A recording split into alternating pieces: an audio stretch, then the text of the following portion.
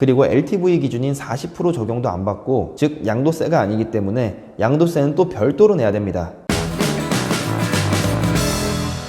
자, 반갑습니다. 이번 정부 들어서 가지고 계속 줄기차게 이야기하고 그리고 추진하고 있는 로또 아파트, 대놓고 로또 공급을 선포를 한 그런 아파트, 로또라고 불리우는 이 신혼 희망타운 중에서도 더 로또 아파트인 이 수서 역세권 신혼 희망타운, 거기에 대해서 오늘 본격적으로 좀 알아보도록 하겠습니다. 자, 먼저 개요입니다. 주소는 서울시 강남구 수서 역세권 A 3블록입니다. 지하 2층서부터 지하 1층까지는 주차장이고 1층은 필로티입니다. 그 중에서 301동은 상가 및 필로티로 이루어져 있고 2층서부터 15층까지가 아파트입니다. 즉 이제 전 동이 필로티 구조이죠. 동별로 층수는 상이하며 최고층이 11층에서 15층까지 있습니다. 동은 총 8개 동으로 이루어져 있으며 이 중에 301동은 복도식이고 나머지는 계단식 구조입니다.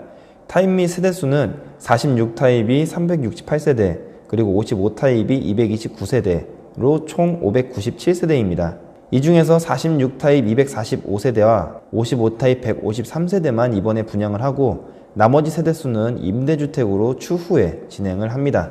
자, 여기서 이제 조금 궁금하실 것 같은 게 있는 게, 과연 임대아파트 동호수는 몇 호인지, 그리고 분양하는 아파트의 동호수는 몇 호인지, 요게 조금 궁금하실 텐데 이건 모집 공고를 찾아봐도 없어요. 그래서 요거는 제가 따로 알아보니까 전 동호수가 전부 다 랜덤 추첨으로 한다고 합니다.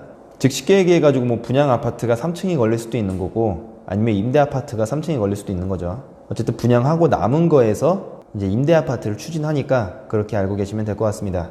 자, 주차는 총 723대이고 준공 날짜는 2023년 1월입니다. 시공사는 양우종합건설입니다.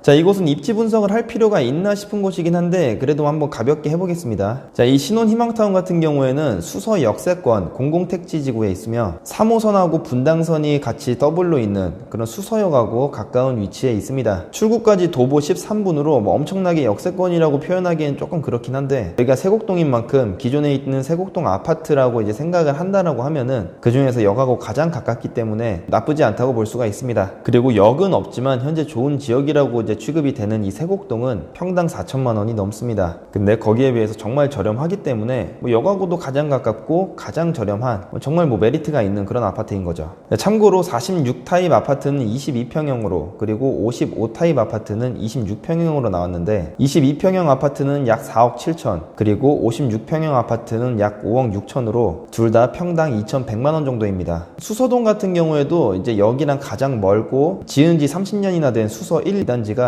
현재 평당 5천만 원인 점을 감안을 한다라고 하면은 그 가격의 이제 절반도 안 되는 수준이기 때문에 당첨만 된다면 정말 감사한 그런 곳이죠. 또 그리고 그것뿐만 아니라 이제 계속해서 떠오르는 업무 단지인 그런 문정 법조 단지하고 그냥 길 하나 건너 차이. 자, 이 수서 역세권 신혼 희망타운이 입지가 정말 좋고 그리고 금액이 저렴한 것은 모두가 다 아는 사실이니까 입지 분석은 이렇게 간단하게 제가 해봤고, 이제는 본격적으로 신혼 희망타운에 대해서 한번 알아보도록 할게요. 아무래도 특수한 계층을 위해 가지고 지어진 아파트이기 때문에 일반 아파트 분양하고는 이게 사뭇 다르죠. 이 분양 방식이 상당히 다르고 나중에 이제 수익을 얻는 그런 방식도 상당히 다르기 때문에 아마 이 부분이 가장 궁금하실 거예요. 그래서 오늘은 여기에다 초점을 맞추고 좀 설명을 드리도록 할게요. 자, 이 신혼 희망타운 같은 경우에는 말 그대로 신혼 부부한테 주는 그런 혜택입니다. 자, 근데 이 신혼 부부라 하면 명확한 규정이 없죠. 그래서 이 아파트 주택에서는 그런 혼선을 방지코자 명확한 자격 요건을 제시를 해요. 7년 미만에 결혼한 부부거나 아니면은 앞으로 1년 안에 결혼을 할 그런 예비 신혼부부거나, 이렇게를 이제 신혼부부라고 이제 칭하는 거고, 이분들 이외에도 6세 이하의 자녀를 둔 한부모 가정까지 이 주택에 포함이 됩니다. 그리고 당연히 무주택 구성원이어야 되겠죠. 그리고 아무래도 조금 취약계층을 위한 그런 시스템이다 보니까 소득도 많으면 안 됩니다. 소득이 전년도 가구당 도시 근로자 월 평균 소득의 120% 이하여야 합니다. 그리고 총 자산 기준도 2019년 기준으로 2억 9,400만 원 이하로 가지고 있어야 하고요. 자, 일반 아파트 분양, 그 중에 특별공급 중에 신혼부부 특별공급이랑 조금 비슷한 부분을 많이 보입니다. 그리고 역시 신혼부부 특별공급처럼 가점이 따로 있어요. 가점 사항은 이제 상황에 따라서 조금 다른데, 이 신혼 희망타운 같은 경우에는 앞에 30%를 먼저 뽑고 그 다음에 나중에 70%를 뽑습니다.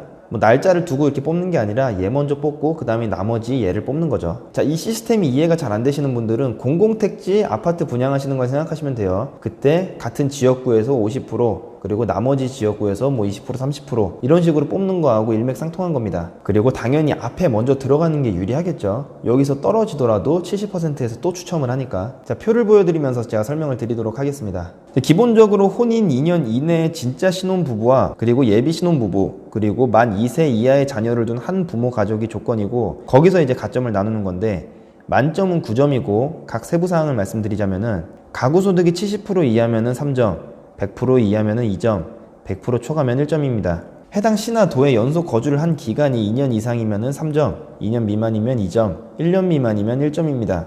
마지막으로 주택 청약 종합 저축 납입 횟수가 24회 이상이면 3점, 24회 미만이면 2점, 12회 미만이면 1점입니다. 그리고 여기서 점수가 똑같은 사람이 있으면은 거기서 이제 추첨을 하는 식이기 때문에 사실상 이 수서 역세권 신혼 희망타운은 9점끼리 경쟁이라고 보시면 되겠습니다. 그리고 여기서 이제 떨어진 사람들하고 2년 초과 그리고 7년 이하의 신혼부부 그리고 3세 이상 6세 이하의 자녀를 둔 한 부모는 나머지 70%를 두고 경쟁을 하게 되는데, 여기는 이제 12점이 만점입니다. 그래서 각 항목별로 미성년자 수가 3명 이상이면 3점, 2명이면 2점, 1명이면 1점입니다. 그리고 무주택 기간이 3년 이상이면 3점, 3년 미만이면 2점, 1년 미만이면 1점이고요. 해당 시도 연속 거주 기간은 아까와 동일한 2년 이상 3점, 2년 미만 2점, 1년 미만 1점. 마지막으로 주택 청약 저축 납입 인정 횟수도 아까하고 동일하게 24회 이상은 3점, 24회 미만은 2점, 12회 미만은 1점입니다. 자, 그런데 제일 궁금한 건 이제 시세 차익이죠. 뭐 워낙 싸게 분양을 하다 보니까 분양을 받는 동시에 엄청난 시세 차익이 될 거는 분명한데 정부가 이걸 당연히 가만 냅두지는 않을 거란 말이죠. 그래서 과연 이 시세 차익에서 몇 프로만큼을 떼가는지 뭐 그게 궁금하실 거고, 거기에 대해서 제가 설명을 드릴게요. 자, 기본식은 차액의 50%입니다. 다만 장기대출자 및 유자녀 가구한테는 감면을 해주고요. 그래서 화면에 보이시는 이 수익 공유 정산표를 보시면은 얼만큼 감면받는지를 알 수가 있습니다. 뭐 예를 들어 가지고 이제 첫 번째 칸인 대출 70% 실행에는 자녀는 없고 대출 기간이 9년 이하다, 50%를 그대로 내는 겁니다. 그리고 똑같이 70% 대출을 받았는데 자녀는 없는데 대출 기간이 24년이면은 20%만 내는 거고요. 여기서 자녀가 한 명씩 늘어날수록 5%씩 감면이 되는 거죠. 즉 무조건 최소 10%에서 50%까지 내는 겁니다. 자, 요거를 그냥 만약에 자연스럽게 물 흘러가듯이 들으셨다, 그럼 요걸 양도세로 생각을 하시겠지만 이게 양도세가 아니라는 게 반전이에요. 굉장히 많은 분들께서 이제 재건축 초과이익 환수제하고 비슷한 개념이라고 이제 생각을 하시는데, 그리고 또는 뭐 새로운 양도세 정도라고 생각을 하시는데 양도세가 아니라는 거죠. 지금 여기서 이제 뭐 10% 20% 요건 양도세가 아니라 돈을 빌려준 은행하고 이제 수익을 공유를 하는 겁니다. 그래서 표 이름도 양도세 표가 아니라 수익 공유 정산표인 거죠. 그리고 LTV 기준인 40% 적용도 안 받고 최대 70%까지 대출을 받을 수가 있는 거고, 또 반대로 아무리 돈이 있더라도 무조건 30% 이상은 대출을 받으셔야 되는 거고요. 이런 점이 이제 일반 아파트랑 조금 다른데, 여기서 추가적으로 이 기금하고 수익 공유를 하는 거는 양도세하고 조금 다른 점이 있어요. 어차피 돈 내는 거야 그냥 똑같은 양도세라고 생각을 하실 수가 있겠지만 조금 다른 점이 있습니다. 바로 비용 처리 부분이죠. 뭐 예를 들어 가지고 이제 뭐 취득세나 아니면 중개료 또는 뭐 인테리어 비용, 양도세에서는 요거를 공제를 하고선 나머지 차액에 대해 이제 양도세를 비율대로 내는 건데, 이 기금하고 수익 공유를 하는 거는 전혀 그런 거에 대해서는 비용 처리를 안 해주고 수익을 공유합니다. 제가 조금 알아듣기 쉽게 예를 들어서 한번 설명을 드리도록 하겠습니다. 자, 이 아파트를 5억에 분양을 받고 9억에 팔은 그런 홍길동 씨가 있다고 가정을 해보겠습니다. 이 길동 씨는 중개료하고 취득세 그리고 집수리까지 해가지고 총 1억을 썼다라고 가정을 해볼게요. 자, 그러면은 이제 양도세 같은 경우에는 계산식이 어떻게 되냐, 차액 4억에서 뭐 수리비나 이런 재반 비용 1억을 뺀 3억, 이 3억을 기준으로 뭐 몇 퍼센트 이런 식으로 이제 세금을 때리는 건데, 이 신혼 희망타운은 1억을 공제하지 않고 그냥 오로지 4억에서 수익을 공유를 하는 거죠. 근데 뭐 어찌 됐던 간에 요거는 수익 공유, 즉 양도세가 아니기 때문에 양도세는 또 별도로 내야 됩니다. 자, 1가구 1주택이더라도 9억이 넘어가게 되면 양도세를 내죠. 그런데 이 양도세를 기금과 수익 공유하는 거랑은 별개로 무조건 내야 된다는 거죠. 자, 근데 이게 과연 이 기금하고 나눈 금액만큼 양도세에서 비용 처리가 되나? 뭐 이런 거에 대해서 조금 명확하지가 않기 때문에 제가 직접 국세청하고 한번 통화를 해봤습니다. 그랬더니 이제 국세청에서 하는 얘기는 이 수익 공유를 하기 전 금액, 이 금액을 기준으로 양도세를 측정을 한다라고 해요. 자, 이것도 조금 이해가 안 되실 겁니다. 그래서 제가 예를 들어서 한번 설명을 드릴게요. 자, 만약에 5억의 분양을 받고 20억에 팔았습니다. 그리고 뭐 중개료나 뭐 취득세 또는 수리비 이런 재반 비용이 이제 똑같이 1억이 들었다고 가정을 해볼게요. 그러면은 이 수익 기금 공유하는 거는 20억에서 5억을 뺀 차액이 15억, 이 15억의 50%를 수익 공유를 하는 겁니다. 그리고 이거하고는 별개로 양도세 같은 경우에는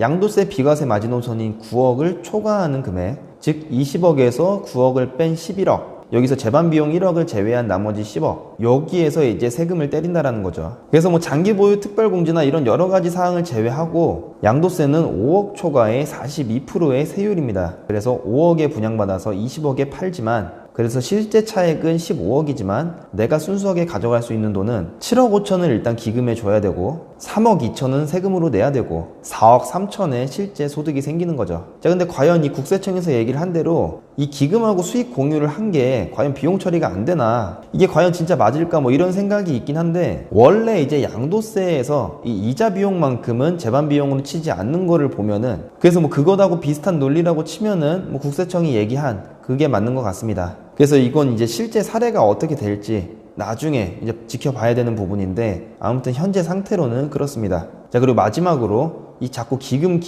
얘기를 했죠. 무조건 기금에서 돈을 30에서 70% 대출을 받아야 되고, 그래서 무조건 기금하고 나눠야 되고, 요거를 제가 말씀을 드렸는데, 자, 그러면은 이 분양 받은 사람으로부터 산 그 매수인은 어떻게 되는 거냐? 이 매수인은 기금하고 전혀 관련이 없기 때문에 이 기금을 나누는 조항 자체는 아무 의미가 없고, 이 다음부터는 그냥 일반 아파트처럼 똑같이 양도세만 내면 되는 겁니다. 자, 이게 바로 이 신혼 희망타운의 핵심이니까 여러분들 잘 기억하시기 바랍니다.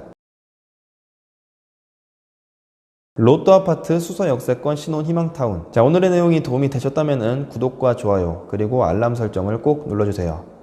감사합니다.